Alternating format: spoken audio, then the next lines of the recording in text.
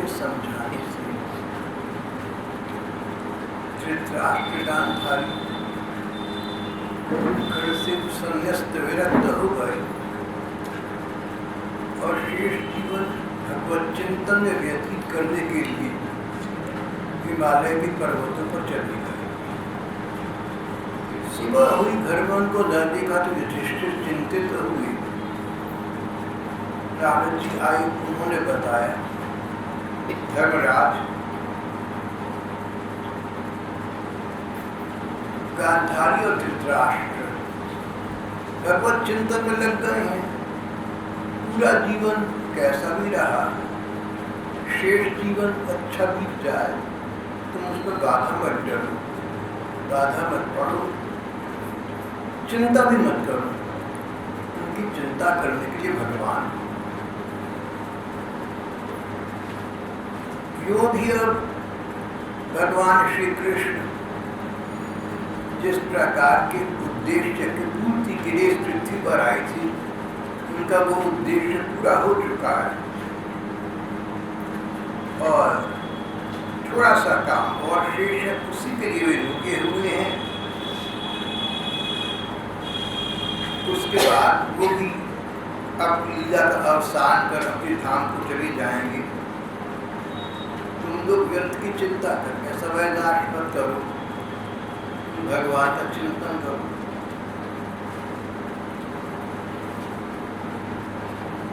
नारद जी की बात सुनी तो युधिष्ठिर को मानो एक चिंता, एक दूसरी चिंता जाके श्री कृष्ण द्वारका चली गई थी। बहुत समय से उनका समाचार न मिला था। कुशल समाचार जानने के लिए अर्जुन द्वारका गए थे। 7 महीने हो गए, अर्जुन वापस न आए और इधर देवर्षि कह गए कि श्री कृष्ण का जो कार्य था सो पूरा हो चुका। युधिष्ठिर का हृदय एक अव्यक्त आशंका से अभिभूत हो गया। नारद जी कह गए कि उनका काम समाप्त हो गया है। अर्जुन 7 महीने से वापस नहीं आई, सब कुशल तो है।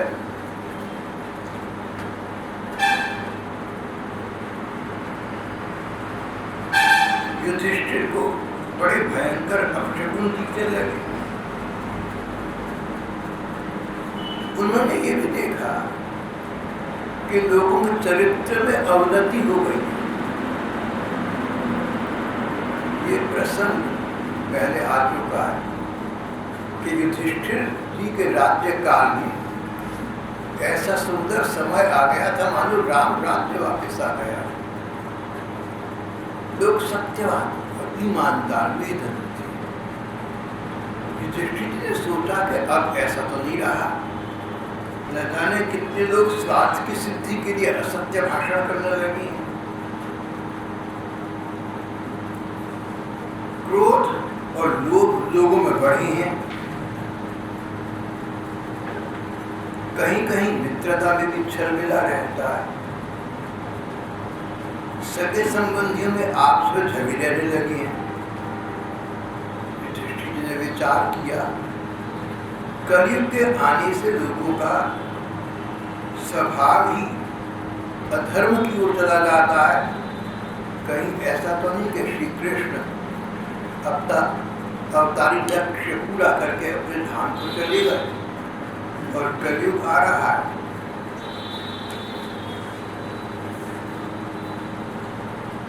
ये सब देखकर उन्होंने अपने छोटे भाई भीमसेन से कहा कि अर्जुन को हमने द्वारका भेजा था, वे वहां जाकर पवित्र कीर्ति श्री कृष्ण क्या कर रहे हैं इसका पता लगा आए।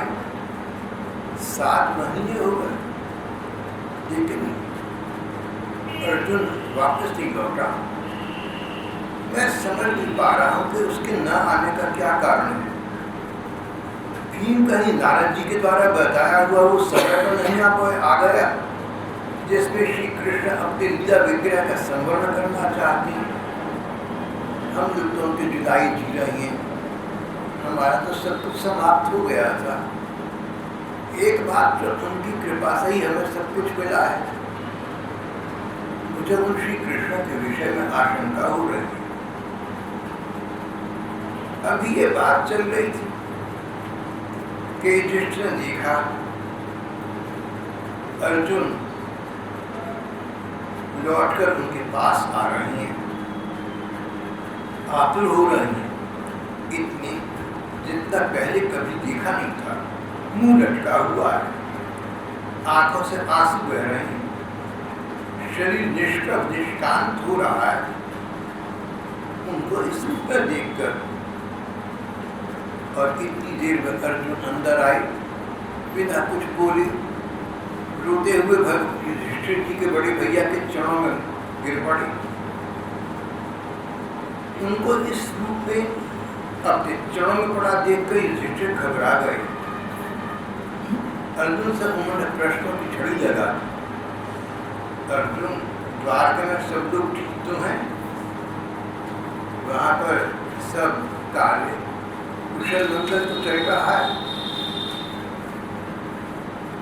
एक एक संबंधी का नाम लेकर सबका समाचार पूछा, श्री कृष्ण का समाचार पूछा। अर्जुन से कुछ कहा न गया, चुप रही, आंसू बहाती रही। युधिष्ठिर मानो सब समझ गए, पर जब तक अर्जुन के मुंह से न सुन गए तब तक कोई बात परिपक्व पक्की तो नहीं होती। और अगर अर्जुन ने यही समाचार दिया तो इसको प्राण सहन नहीं कर पाएंगे। ये समाचार देर से देर में मिले, इसलिए उन्होंने इतने प्रश्न किए थे। अब उन्होंने प्रश्न का रूप बदल दिया। अर्जुन, तुम बताओ स्वयं, तुम तो कुशल से हो, मुझे तुम निश्चेत दिख रहे हो। वहां तुम 7 महीने रहे, कहीं तुम्हारे सम्मान में वहां किसी प्रकार की कमी तो नहीं है?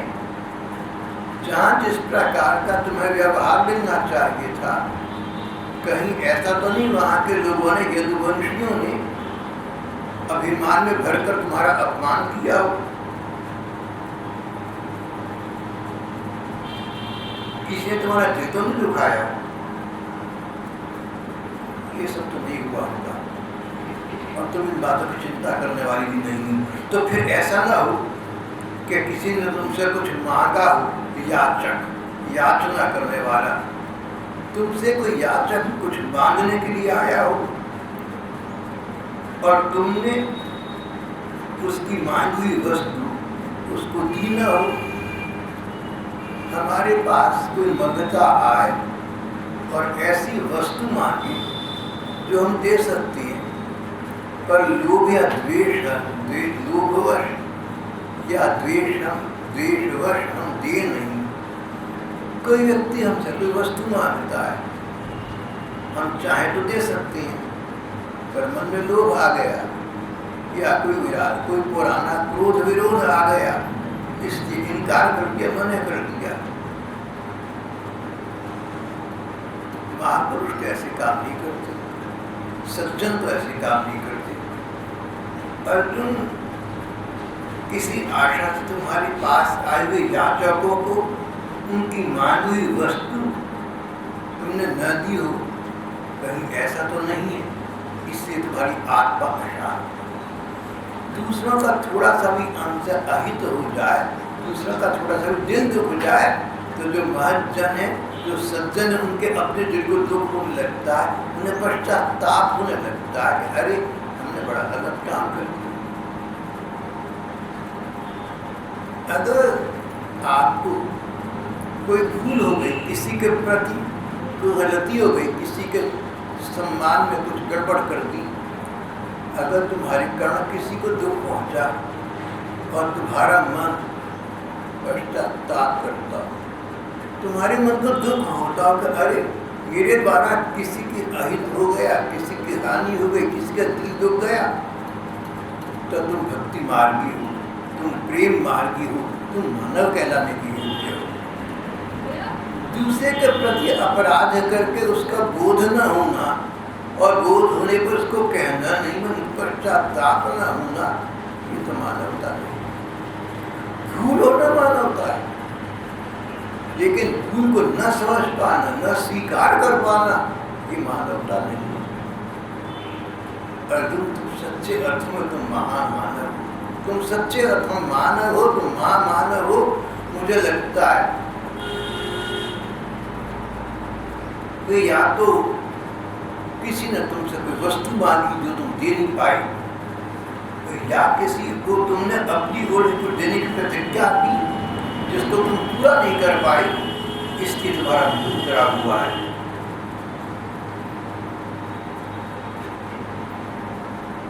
कहीं ऐसा तो नहीं किसी प्रकार तुमसे किसी व्यक्ति से अनुचित व्यवहार हो गया, कोई सभ्य महिला जो तुम्हारे सम्मान के योग्य हो उसके तुम समर्पण को अस्वीकार करके आ गए, कोई सभ्य महिला तुम्हारे प्रति अपने को समर्पित करे और तुम सुयोग्य होने के बावजूद असम्मान पूर्वक उसका अपमान पूर्वक तिरस्कार करके वापस आ गए, तो ये राजा का धर्म तो नहीं है, इस सज्जन का धर्म तो नहीं है। तो ऐसा तो नहीं तुमसे कुछ हो गया है, या इसका उल्टा हो गया हो, कोई महिला जो तुम्हारे योग्य नहीं थी, जिसके साथ कोई संपर्क समागम नहीं होना चाहिए, तुमने कुछ ऐसा व्यवहार किया हो जो अब तुम्हें दुख दे रहा है, तुम्हें पश्चाताप हो रहा है।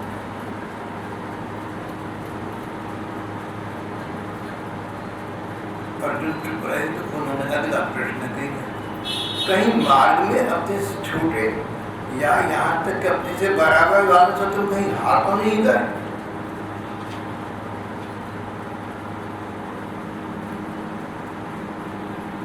कहीं तुमने बड़े बूढ़ों को छोड़कर बिना पहले उनको पूछे, पहले बिना उनको प्रणाम किए, पहले बिना उनको अर्पित किए स्वयं तुम खाना खा लिया? मेरा विश्वास है कि तुमने ऐसा कोई निंदित काम तो नहीं किया होगा जो तुम्हारे योग्य न हो, तो फिर क्या हो गया तुम्हें? और अंत में अपनी मन की आशंका स्पष्ट कह दी, हो न हो शून्योस्मि रहितो नित्यं मन्यसे चेन्यथा, हो न हो अपने परम प्रियतम अभिन्न हृदय परम सुहृद भगवान श्री कृष्ण से तुम रहित हो गए, इसलिए तुम अपने आप को शून्य पा रहे हो। इसके सिवा दूसरा कारण नहीं हो सकता जिससे तुमको इतनी मानसिक पीड़ा हुई।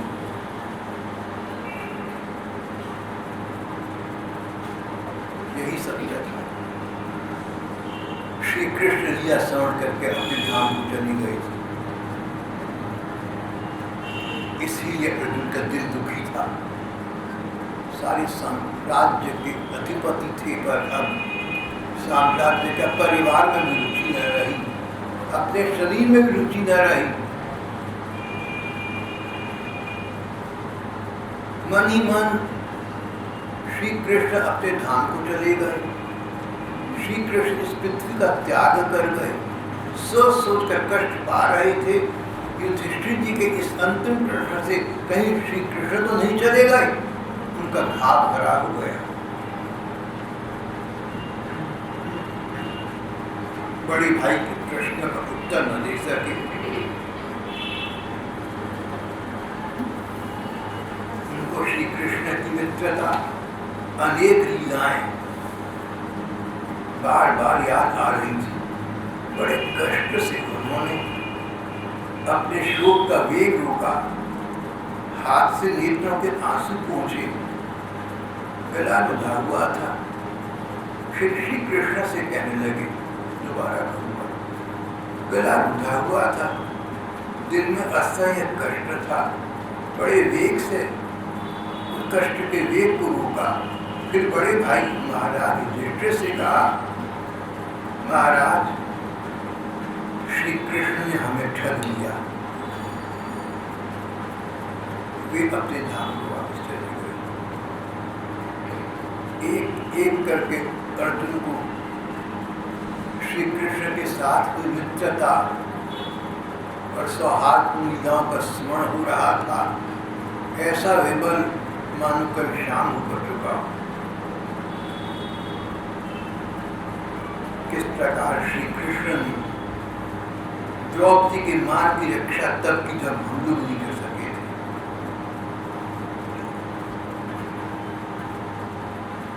महाभारत युद्ध में उन्होंने हमें विजय प्रदान करवाई।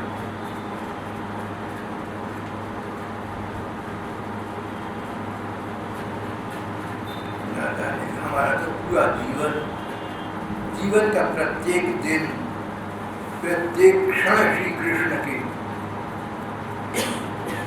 साहचर्य और सौहार्द से भरा हुआ है। जैसे ये शरीर प्राण से रहित होने पर मृतक कहलाता है, वैसे ही श्री कृष्ण के क्षण भर के वियोग से ये संसार अप्रिय दिखने लगा है। अब यहाँ मन नहीं लग रहा।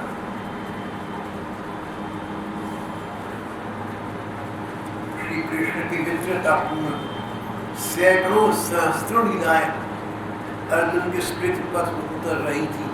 एक एक करके अनेक लीलाओं का उन्होंने वर्णन किया।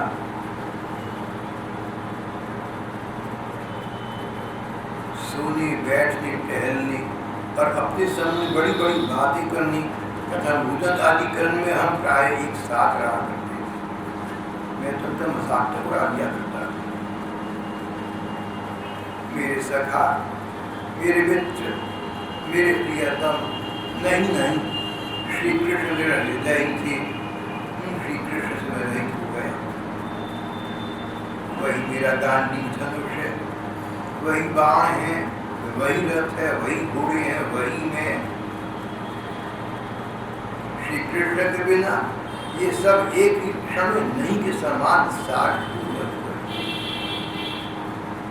जैसे बंजर भूमि में डाला गया, जैसे पत्थर पर बीज डाल दो तो उगेगा कभी।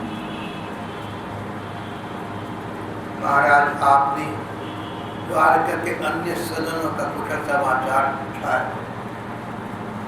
सबके सब बाणों बांध करके एक दूसरे से संबंध भुलाकर, एक दूसरे पर वार करके, युद्ध करके उस गृह युद्ध में नष्ट हो गए। केवल 4-5 ही बचे हैं। वास्तव में ये संसार सर्वशक्तिमान भगवान की लीला है। संसार के प्राणी परस्पर एक दूसरे का पालन पोषण करते हैं और फिर एक दूसरे को मार तक डाल देते हैं।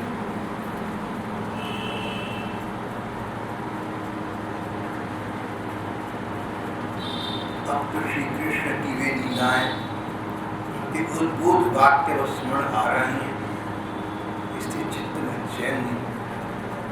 ये कहकर अर्जुन चुप हो गए।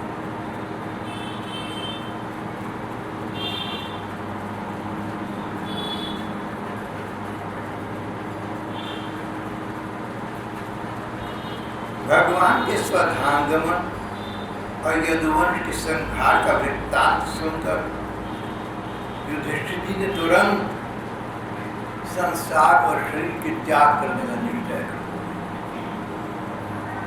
देखिए, अर्जुन का इकलौता बेटा अभिमन्यु मारा गया, कभी मारा गया था महाभारत युद्ध में। अर्जुन जब घर वापस आए तो रोना चेहरा नहीं, बहादुर बोले क्या हो गया था। अन्य हत्याएं, 5 बच्चे रह गए थे जिनको युद्ध समाप्त होने के बावजूद अश्वत्थामा ने समाप्त कर दिया। काल की शक्ति प्रणाम। ये संसार है, वियोग और संयोग का मंच। यहाँ तो ये सब होगा ही होगा। संयोग वियोग से, इस प्रकार के द्वंद्व से, जन्म और मृत्यु के चक्र से छुटकारा चाहते तो भगवान का स्मरण करो और तो कोई उपाय नहीं। जो अर्जुन इतने विवेकवान थे कि छोटे छोटे अंतिम 5 बच्चों को हत्या करने पर कोई दुखी प्रकट किया, आज जब पता लगा कि श्री कृष्ण अपीलिया समरण करके अपने धाम को चली गई, पृथ्वी उनसे शून्य हो गई तो निष्प्राण हो गए, मानो निर्जीव शरीर ले गया। जब युधिष्ठिर ने समाचार सुना, उनकी भी यही स्थिति हुई।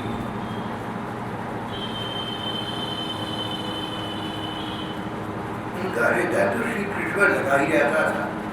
अब तो उन्होंने इस असार संसार से मुंह मोड़ लिया।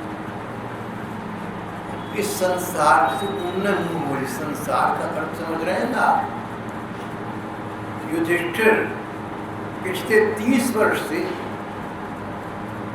जहां तक समुद्र है वहां तक की भूमि के एक छत्र महासम्राट थे। संसार के जितने राजा महाराजा थे वो सब के सब राजा युधिष्ठिर को नमस्कार करते।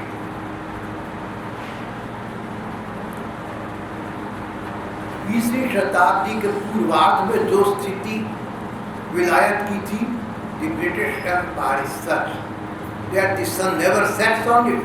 अंग्रेजी साम्राज्य पर कभी सूर्य उदित अस्त नहीं हो सकता था। कहीं ना कहीं तो सूर्य होगा और वहाँ कोई ना कोई मुल्क इंग्लैंड के मातहत होगा। सारा संसार तो नहीं था पर काफी सारा था, और राजा युधिष्ठिर उनके अंतर्गत सारा संसार। अब हम लोगों का कुछ हो जाए तो हम कितना मुंह मोड़ देते हैं। कौन से संसार से मुंह मोड़ देते हैं? कौन से बैंक अकाउंट से हम मुंह मोड़ लेंगे? कौन सी जमीन जायदाद से मुंह मोड़ लेंगे? कितने खाने छोड़ देंगे? क्या छोड़ देंगे आप या हम? क्या छोड़ेंगे? कुछ नहीं। त्याग तो हमारे जीवन में है ही, वो आपके पहले भी नहीं था। और समझते अपने को बहुत हम तो ज्ञानी है, हम तो राजस्थान मान नहीं रखते, हम तो त्यागी महात्मा। घर में रहते रहते हम उच्च कोटि के पहुंच चुके हैं।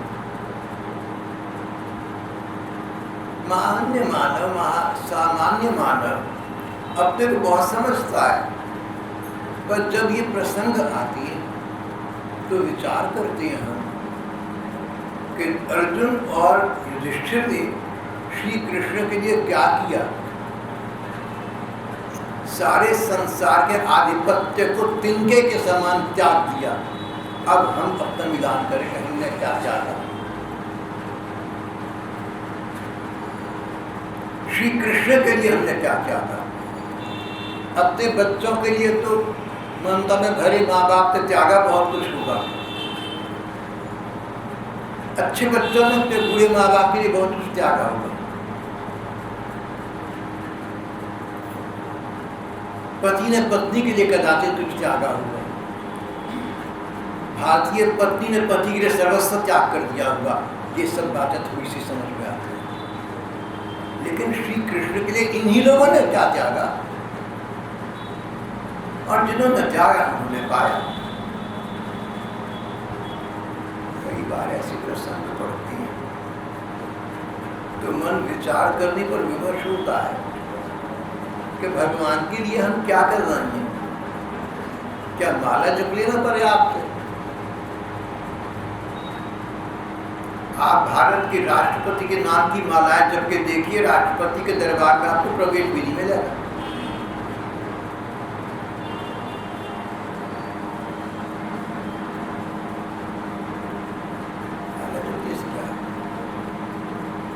हम किसी के हैं, उसका नाम जपना, अगर भगवान की बात चली तो आरंभ तो हो सकता है पर अवसान नहीं, अंत नहीं। और जब विशुद्ध भगवान की बात चले उनके लिए हम क्या कर रहे हैं। एक महात्मा थे, उनके पास एक लड़का आया, जार जार रो रहा था। उसको जीवन बहुत कष्ट उठानी पड़ी। बोले भैया एक बात बता कि तू जीवित है, तेरे शरीर में प्राण है, आंखें देख रही हैं, कान सुन रहे हैं, चल फिर रहा है, चलकर आया, अकल काम कर रही है, दिमाग चला नहीं गया, क्या तू भगवान का धन्यवाद कर दे यार? बहुत से लोग हैं जिनका दिमाग नहीं काम करता, बहुत से तेरे से छोटी उम्र के जिनके आंखें कान नहीं काम कर रहे। तो कितनी बार तो सुबह को सो कर उठता है कि प्रभु तेरी लीला कि मैं उठा, आंखें भी काम करे, काम भी, विचार भी नहीं आता। इनको तो अपना जन्म सिद्ध अधिकार समझते हैं, अपना मौलिक अधिकार मानते हैं। शरीर काम कर रहा है, जान दी हुई उसी की थी। हक तो ये है कि हक अदा न हुआ। अगर भगवान के प्राण दे दिए तो प्राण भी तो भगवान के दिए हुए थे, उन्होंने तो फिर भी कुछ नहीं किया। जो देने वाली है, जो करने वाली है, अपना मुकाबला करना तो उनके साथ करना, मीरा के साथ करना। युधिष्ठिर और अर्जुन तो चलो पुरानी बातें हो गई, युधिष्ठिर अर्जुन तो 5000 वर्ष पुरानी हो गई, पर पगली मीरा तो 500 वर्ष पुरानी है। हमारी तुम्हारे देश की, हमारी तुम्हारे युग की मीरा है, उससे मुकाबला करना। युधिष्ठिर ने अपनी सारी पृथ्वी का राज्य छोड़ दिया था और मीरा ने राज रानी थी, राज परिवार की, तो उसका मोह छोड़ दिया था। श्री कृष्ण के अन्वेषण के वन में डोल रही थी, भटक रही थी, घूम रही, कांटों पर चल रही थी। राजकुमार आदमी पर चलने की आदत थी, बड़े होने पर भी, बड़ी हो जाने पर भी घर वाले की गोदी में रहने की आदत थी, शाल दुशाले की आदत थी। वो मीरा गिरधर नागर के पीछे कांटों कंकड़ों में जंगलों में घूम रही। आप कहाँ घूम रहे हैं? कितने कष्ट उठा रहे हैं भगवान के लिए, उनको पाने के लिए। हम क्या कर रहे हैं? आपसे मेरा बताओ। कम से कम मैं अपने को झांक कर देखूं, अपने अंदर को। मैं तो कुछ भी नहीं कर रहा, सिवाय इसके क्या कहूँ आपसे, कहते कहते डरता लगता है। आप लोगों को मैंने पाठ कर करके ये समझा दिया कि मैं भगवान का, और भगवान का इतना हो चुका, इसलिए मेरे से काम धाम दुनिया का होता नहीं। 4 पैसे कमा के रोटी खा सकता। जो सत्संगी भाई आ रहे हैं उनका धन्यवाद करने के स्थान पर तो मेरे मुंह से चलो आधा घंटा भगवान का नाम निकलवा देते हो, उनसे रोटी कपड़ा मकान लेकर हड़प कर रहा हूँ। ये तो कहानी, ये तो वास्तविकता है। तो भगवान के लिए तो हम कुछ कर नहीं पा रहे। जो भगवान ने वस्तु दी, जो दौलत दी, जो शरीर दिया, जो प्राण दिए, उसके लिए धन्यवाद नहीं करते। सुबह को उठ करके भगवान का धन्यवाद करें, या मन में विचार आए। धन्यवाद देने का मतलब मन में विचार आना। मन में सुबह को ये विचार आने से देखो, कल रात जैसे सोचे सुबह को वैसे उठ गए। किसी को धर्म हो गया, किसी के हृदय की गति रुक गई। कोई सुबह को सोकर नहीं उठिया उठा, डॉक्टर ने बुलाया, बोले 3 घंटे हो गए जा चुका। ये तो स्थिति है संसार, हमारी तुम्हारी ये तो कहानी है। तो अगर अन्य लोगों के साथ ये बातें हो रही हैं तो हमारे साथ भी तो हो सकती हैं, लेकिन अभी तक तो नहीं। तो क्या विचार आता है, ठाकुर तुम गजब के हो कि हम तुम्हारे लिए कुछ छोड़ते नहीं। जब तुमसे कुछ मिलता है तो तुम्हें दुआ नहीं देती, मिला हुआ बना रहता तो तुम्हें दुआ नहीं देती, और अपने ही कर्मों के वश कोई कष्ट मिल जाता हम तुम्हें पूछते हैं कि देखो भगवान ने हमारे लिए क्या करा। ये नहीं सोचते कि हमने उनके लिए क्या करा। कहीं मेरी किसी बात से दुख पहुँचता हो ना तो बुरा मत मानना। जो बातें मैं आपसे कहता हूँ इनमें 2 बातें हैं। एक तो भाग्य कि हम लोग ठीक मार्ग पर चलें, अपने मन को शांत रखें, और दूसरा जो कुछ कहता हूँ संत वाणी है, श्रीमद् भागवत गीता की वाणी है, कोई मेरा स्वतंत्र उपाख्यान नहीं है, मेरी कोई कहानी नहीं है। जो ग्रंथ कहते हैं, जो संत कहते हैं, मैं तो वही खोलकर आपके सामने रख रहा हूँ। और इसलिए इतनी बातें कहता हूँ, आपका मन शांत रह सके, आश्वस्त रह सके, अपने मन को बेचैन मत रखना, विषाद का ग्रास मत बनना। रोने से क्या मिलेगा? कोई पूछेगा नहीं। छोटे थे हम, पहले कहावत पढ़ी थी, अंग्रेजी में थी, अगर तुम हंसोगे तो संसार तुम्हारे साथ हंसेगा। यहाँ अच्छे दोनों में सब तुम्हारा साथ देंगे, तुम रोओगे कोई भी नहीं रोएगा। और आपके जीवन के अपने अनुभव ने ये सत्य तो आपको समझा दिया होगा अब तक, मुझे बताने की क्या आवश्यकता है। Law and the world will law with you, weep and nobody will weep with you. आपके लिए रोने का फर्ज किसको है? और ये न समझना कि संसार इतना स्वार्थ, अरे तुम्हें किसके लिए, तुम किसके लिए रो रहे हो? जब रोए हो अपने लिए रोए।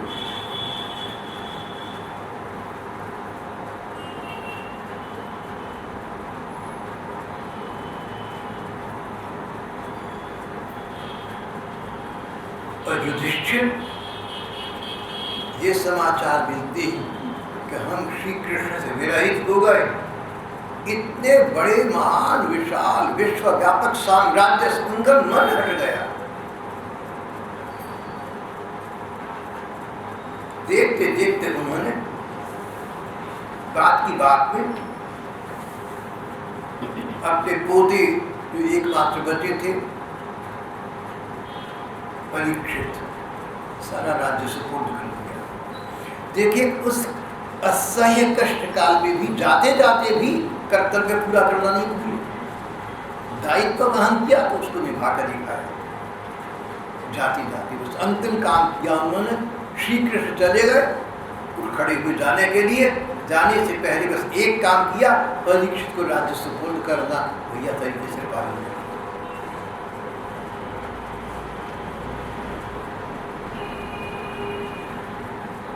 बस अब उन्हें ये अनुभव होने लगा कि ये सारा संसार प्रपंच है। उन्होंने अन्न जल का त्याग कर दिया, मौन ले लिया, कपड़ों पर ध्यान न दिया, तीसरे धारण कर लिए, पेट खोलकर भी खेल लिए, किसी की बात नहीं देखी, किसी की बात नहीं सुनी, घर से निकल पड़े।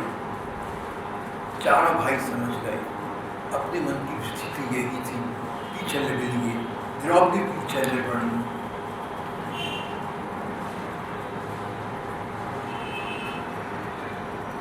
उन्होंने जीवन के सभी लाभ भली भांति प्राप्त कर लिए थे, इसलिए ये निश्चय करके कि भगवान के चरण ही हमारी परम पुरुषार्थ है, भगवान के ध्यान को, भगवान के स्मरण को हृदय में धारण कर लिया।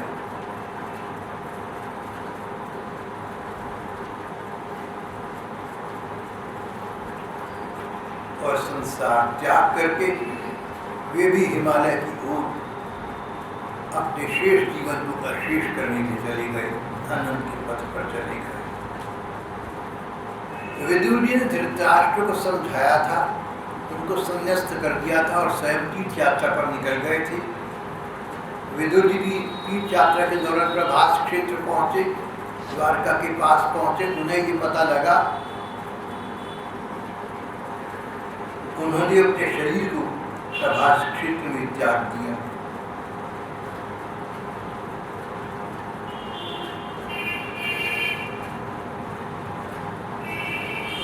भगवान के प्यारे भक्त पांडव, उनके भी महाप्रयाण की भूमिका बन गई थी। इस असार संसार को तृणवत त्याग कर, जैसे कोई तिनका निकाल कर दूध में से फेंक देते, दूध में से मक्खी निकाल कर फेंक दे, इस प्रकार अपने मन, अपने जीवन से सारा संसार, सारा साम्राज्य का वैभव त्याग कर, तिनके की तरह त्याग कर आगे निकल गए अनंत के पथ पर।